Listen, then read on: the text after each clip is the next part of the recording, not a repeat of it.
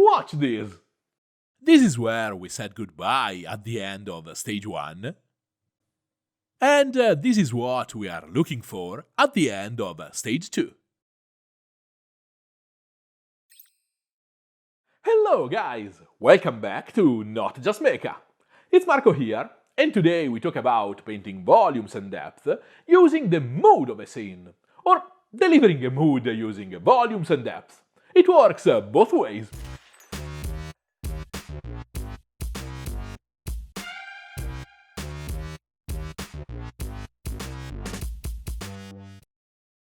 You know from every single one of my videos that the illusion of volume and the virtual physical presence of the figure inside its scaled-down environment is one of my main priorities, and that I tend to set that information from the very beginning, building everything else on top of that. But every time I'm painting a model with this kind of intricate pattern made of many different colors, I like to switch the order of operations and start with a rough, but in terms of layers of paint, solid representation of that complex design. When the emphasis of a piece moves to colors and details, the structure of volumes, masses and dramatic lights tends to be simpler, because we don't want to overload the work with too many inputs, losing the strength of visual and thematic focal points. So visualizing the volumetric information with the mind's eye becomes easier, while the correct balance and harmony of a lot of tones may require some adjustments, a bit of back and forth in the workflow, and in some cases a complete repositioning of the different pieces. But be sure that this is just a switch of the practical steps of the work, and not of its visual priorities. Modeling volumes is still the most important aspect of creating the suspension of disbelief, and an engaging piece in drawings, illustrations, and 3D painting. After setting the basic maps of the scheme, I immediately add an extra layer to smooth out the roughness of the first quick applications. But since they were just my entry point into the midtones of the scheme, that are just a single, tiny moment of the dramatic flow of lights and shadows, I use the need of refinement as an excuse to start building up light with bold and visible value jumps.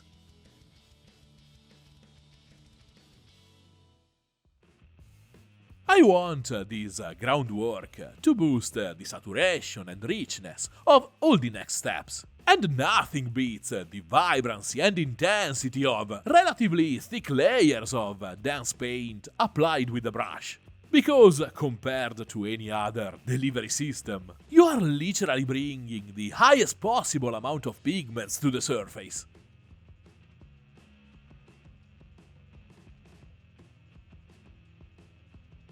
I also want this piece to have a strong tactile feel of these modern materials we wear and touch every day.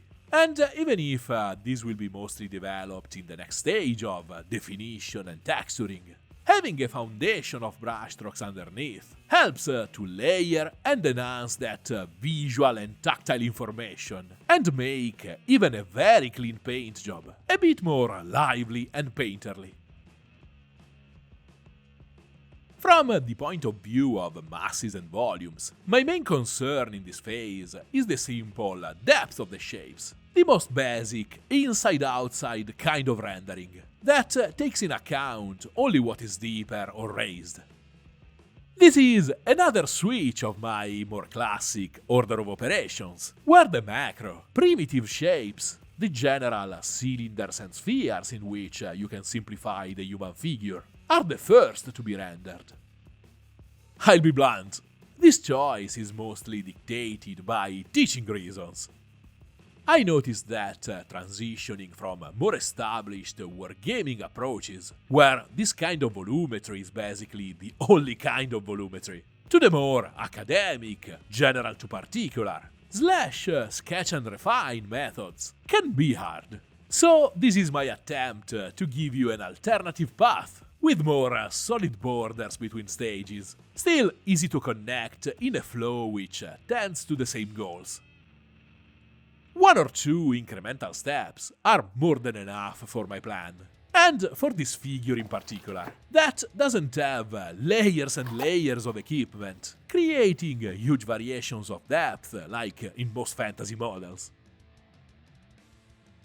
Of course, this sticking to a couple of layers is just a general plan to maximize the efficiency of my process. But if you end up on something really fun to paint, just ride the inspiration and follow the flow. There's nothing wrong with a few extra layers in this stage that will make the area immediately more defined, merging at the end with the sharpening stage and the final general definition. That bit for me is the pizza itself, that I just couldn't stop painting. To render it, I started from a modulated red made by the uneven finish of GW contrast over the black and white sketch, and enhanced by a couple of abstract layers of increasingly lighter reds. And noticing how the melted cheese mixes with the salsa in various tonal degrees, I simply did the same on the palette, mixing and layering purer and purer cheese, ivory, and warm off-white notes. A good trick to paint and catch realism, other than using a ton of references of course, is to think how that object is made and how the steps of its manufacturing stack on each other, both in space and time.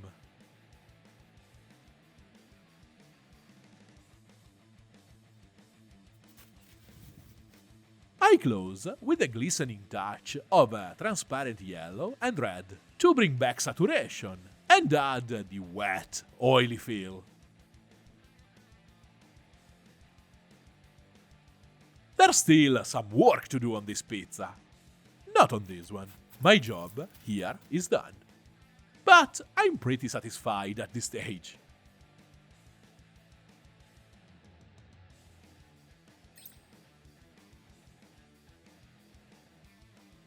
I love using references.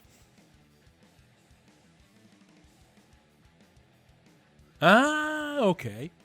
I've realized only now that this is some kind of necklace. Same idea on the blue box, where I use visible horizontal brushstrokes of semi-opaque paint to start building up the subtle idea of the wrinkly cardboard.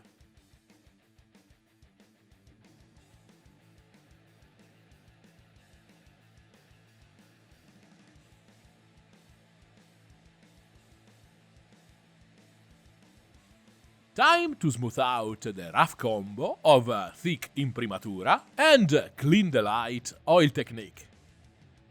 I used this approach in the previous stage and video to basically probe the sculpt of this young poser and better see and understand its gentle shapes coming out from a strong contrast.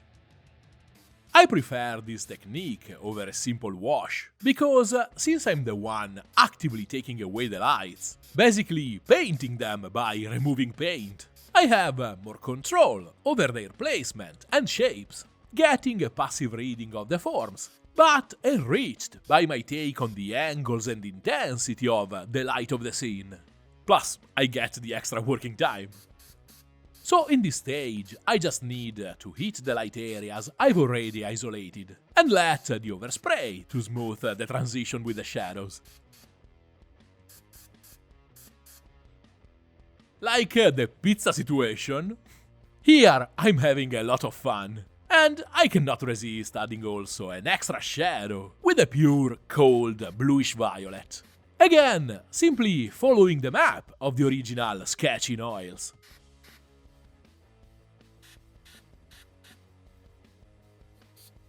After boosting a bit the light of the highest green parts of the hoodie, that I feel a bit too dark compared to the rendering of the yellow, I move to the proper volumetric modeling of the figure. .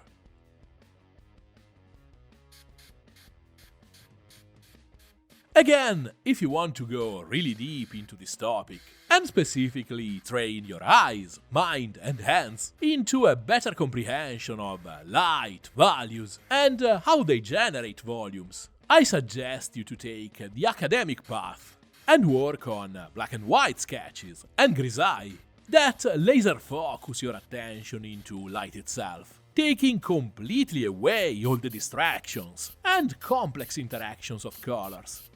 That's also why I made it the main topic of my real-life workshops. But this approach is a good gateway into the topic, with a great, quick visual impact and a steep satisfaction curve. But you have to move carefully, and with a purpose based on the story of the piece. Let's connect a few dots. Why did I use a cold bluish violet for the shadows of the skin? Why such a yellowish note in the lights? And why I'm using a cold bluish green here? Again, I'm moving the pieces of the workflow to maximize its technical simplicity and its purely visual comprehensibility. So this is the perfect moment to bring out this topic. But don't think for a moment that I started this project without a story and a setting in mind. The playful flow of the colors has the priority, but every piece needs its context and a nice staging of the scene. My pizza boy is not an incompetent, but a true modern hero. Cycling at night on the streets of New York, he faced any kind of obstacle and misfortune. I left the marks of these adventures later. But, under the warm light of a street lamp, he can proudly take a selfie with his precious cargo. A bit damaged, sure, but still delivered. So, to synthesize into nitty-gritty technicalities, I'm going for a warm, subtle, yellowish-orange light coming from above to his right, and the stronger, cold, blue-green shadows of a clear night from below to his left. Maximum contrast both in value and tone, and an angle that a professional poser would choose to take the best possible selfie. That, in my mind, is the bust itself. Now you can easily understand the jump from blue-green to a proper deep turquoise.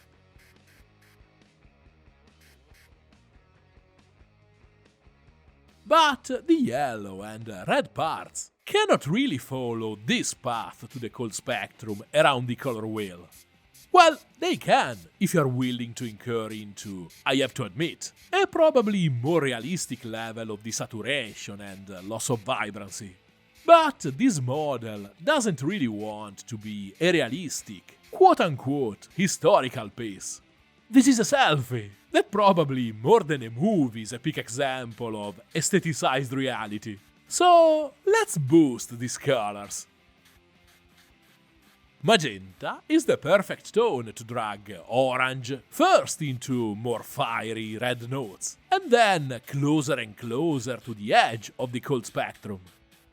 Same for the red of the backpack, where it creates a nice bridge and kind of a protective barrier between the vibrant warmth of the lights and the blue feel I need to match the shadow. And that progression into a colder bluish tint culminates with the same blue-violet I used for the shadows of the skin, which I couldn't wait to use, ruining the perfectly efficient flow of my steps.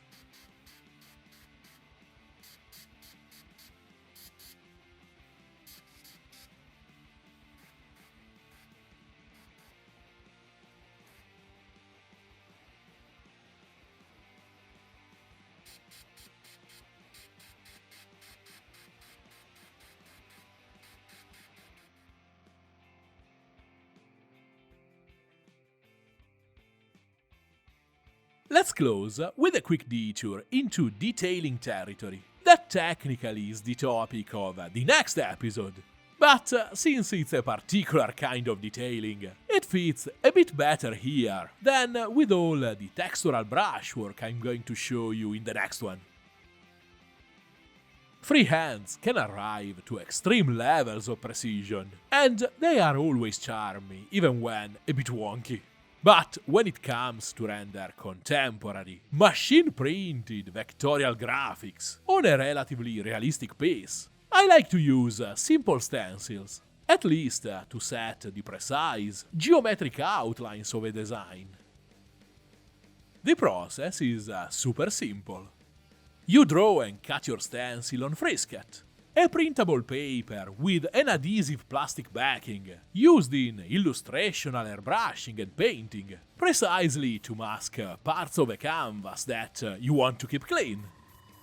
Most of the time, you'll apply the stencil by hand, but when you need real precision in the internal placement of the elements of a complex design, you can use transfer paper, another sticky film that's conveniently less sticky than the Frisket itself.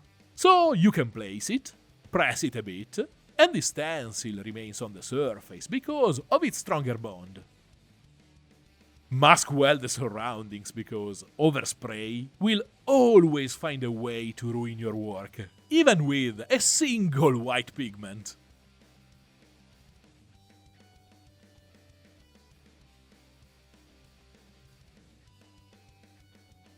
For more complex shapes, I like to use removable vinyl, because it's able to conform better to compound curves, and you can stretch it a bit to make little three-dimensional adjustments around curves. Stencils in our scales and on our kind of forms never turn out perfect, but they can be a great foundation to refine and enhance with the brush.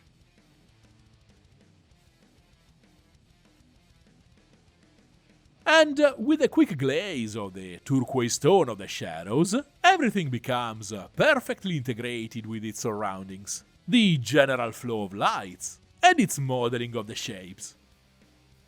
Again, light is what makes a scene. So, as soon as you have your understanding of volumes in place, the next big move is to start stealing tricks from directors of photography. Because the tricks a cinematographer can do with crews of dozens of people and $1 million equipment, we can do with a brush and cheap paint for the same dramatic effect, full of storytelling. See you in the next and final episode. Then we'll move for a bit to 40k territories with the new inquisitorial kill team and of course, Leviathan. If you like this video, give it a like and subscribe. Remember that you can ask me anything down below with a comment, and you can follow my projects during the week using one of my socials. And if you want to support my work, check my Patreon page and join the community, or maybe ask for a commission. See you next week, guys!